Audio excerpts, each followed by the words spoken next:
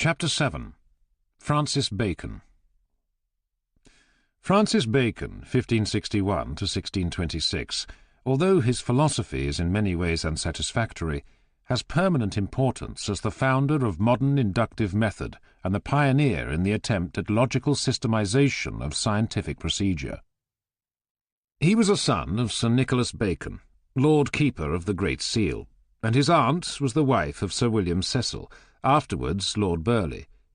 He thus grew up in the atmosphere of state affairs. He entered Parliament at the age of 23 and became adviser to Essex.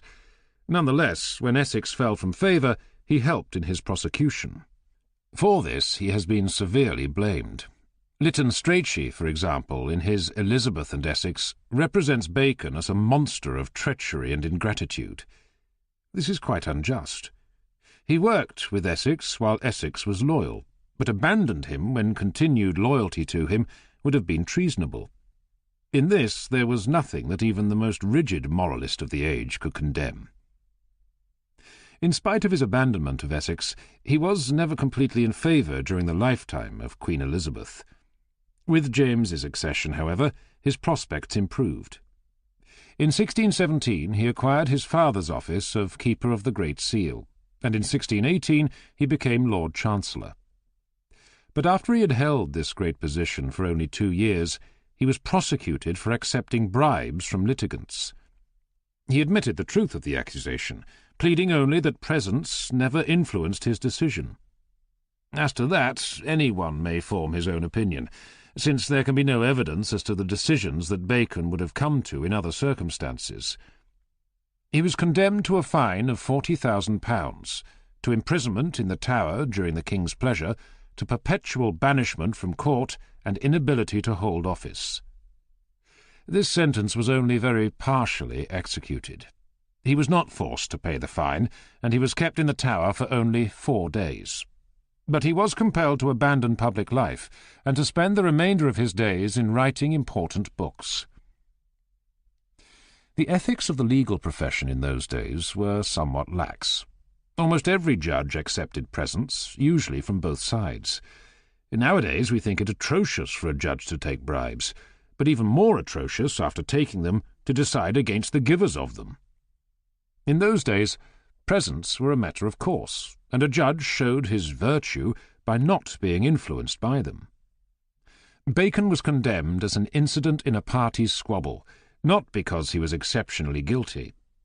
He was not a man of outstanding moral eminence, like his forerunner Sir Thomas More, but he was also not exceptionally wicked. Morally, he was an average man, no better and no worse than the bulk of his contemporaries. After 5 years spent in retirement, he died of a chill, caught while experimenting on refrigeration by stuffing a chicken full of snow. Bacon's most important book, The Advancement of Learning, is in many ways remarkably modern. He is commonly regarded as the originator of the saying, "Knowledge is power," and though he may have had predecessors who said the same thing, he said it with new emphasis. The whole basis of his philosophy was practical, to give mankind mastery over the forces of nature by means of scientific discoveries and inventions. He held that philosophy should be kept separate from theology, not intimately blended with it, as in scholasticism. He accepted orthodox religion. He was not the man to quarrel with the government on such a matter. But while he thought that reason could show the existence of God, he regarded everything else in theology as known only by revelation. Indeed, he held that the triumph of faith is greatest when, to the unaided reason, a dogma appears most absurd. Philosophy, however, should depend only upon reason. He was thus an advocate of the doctrine of double truth, that of reason and that of revelation. This doctrine had been preached by certain Averroists in the 13th century, but had been condemned by the Church. The triumph of faith was, for the orthodox, a dangerous device. Bayle, in the late 17th century, made ironical use of it, setting forth at great length all that reason could say against some orthodox belief, and then concluding, "So much the greater is the triumph of faith in nevertheless believing." How far Bacon's orthodoxy was sincere, it is impossible to know. Bacon was the first of the long line of scientifically minded philosophers who have emphasized the importance of induction as opposed to deduction. Like most of his successors, he tried to find some better kind of induction than what is called induction by simple enumeration. Induction by simple enumeration may be illustrated by a parable. There was once upon a time a census officer who had to record the names of all householders in a certain Welsh village. The first that he questioned was called William Williams. So were the second, third, fourth. At last he said to himself, "Oh, this is tedious. Evidently they are all called William Williams. I shall put them down so and take a holiday." But he was wrong.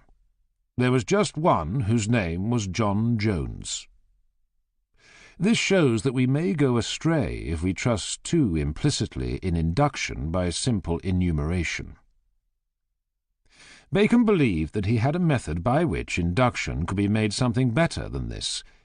He wished, for example, to discover the nature of heat, which he supposed, rightly, to consist of rapid irregular motions of the small parts of bodies. His method was to make lists of hot bodies, lists of cold bodies, and lists of bodies of varying degrees of heat. He hoped that these lists would show some characteristic always present in hot bodies and absent in cold bodies, and present in varying degrees in bodies of different degrees of heat. By this method he expected to arrive at general laws, having in the first instance the lowest degree of generality. From a number of such laws he hoped to reach laws of the second degree of generality, and so on. A suggested law should be tested by being applied in new circumstances. If it worked in these circumstances, it was to that extent confirmed. Some instances are specially valuable because they enable us to decide between two theories, each possible so far as previous observations are concerned. Such instances are called prerogative instances. Bacon not only despised the syllogism, but undervalued mathematics, presumably as insufficiently experimental. He was virulently hostile to Aristotle, but thought very highly of Democritus. Although he did not deny that the course of nature exemplifies a divine purpose, he objected to any admixture of teleological explanation in the actual investigation of phenomena.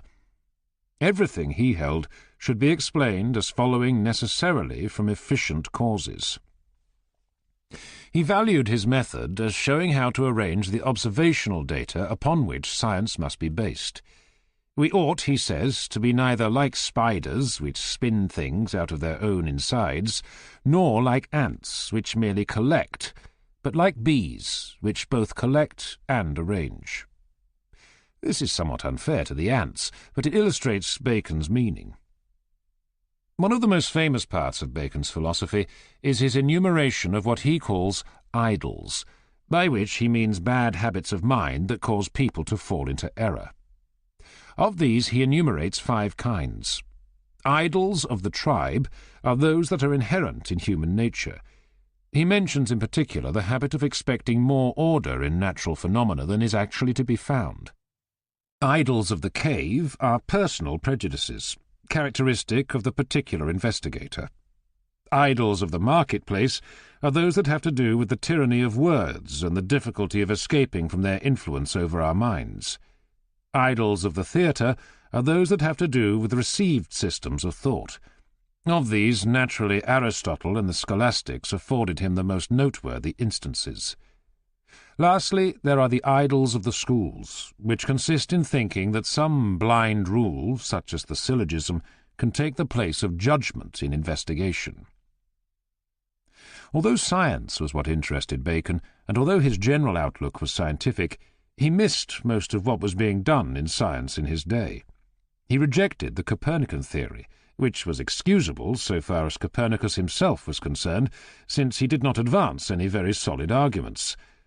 But Bacon ought to have been convinced by Kepler, whose New Astronomy appeared in 1609. Bacon appears not to have known of the work of Vesalius, the pioneer of modern anatomy, Still more surprising, he seemed unconscious of the work of Harvey, although Harvey was his medical attendant.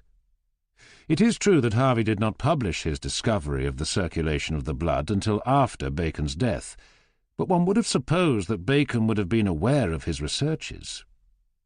Harvey had no very high opinion of him, saying, "He writes philosophy like a Lord Chancellor." No doubt Bacon could have done better if he had been less concerned with worldly success. Bacon's inductive method is faulty through insufficient emphasis on hypothesis. He hoped that mere orderly arrangement of data would make the right hypothesis obvious, but this is seldom the case. As a rule, the framing of hypotheses is the most difficult part of scientific work, and the part where great ability is indispensable. So far, no method has been found which would make it possible to invent hypotheses by rule. Usually, some hypothesis is a necessary preliminary to the collection of facts, since the selection of facts demands some way of determining relevance. Without something of this kind, the mere multiplicity of facts is baffling. The part played by deduction in science is greater than Bacon supposed. Often, when a hypothesis has to be tested, there is a long deductive journey from the hypothesis to some consequence that can be tested by observation. Usually, the deduction is mathematical, and in this respect Bacon underestimated the importance of mathematics in scientific investigation. The problem of induction by simple enumeration remains unsolved to this day. Bacon was quite right in rejecting simple enumeration where the details of scientific investigation are concerned, for in dealing with details we may assume general laws on the basis of which, so long as they are taken as valid, more or less cogent methods can be built up. John Stuart Mill framed 4 canons of inductive method, which can be usefully employed so long as the law of causality is assumed. But this law itself, he had to confess, is to be accepted solely on the basis of induction by simple enumeration. The thing that is achieved by the theoretical organization of science is the collection of all subordinate inductions into a few that are very comprehensive, perhaps only one. Such comprehensive inductions are confirmed by so many instances that it is thought legitimate to accept, as regards them, an induction by simple enumeration. This situation is profoundly unsatisfactory, but neither Bacon nor any of his successors have found a way out of it.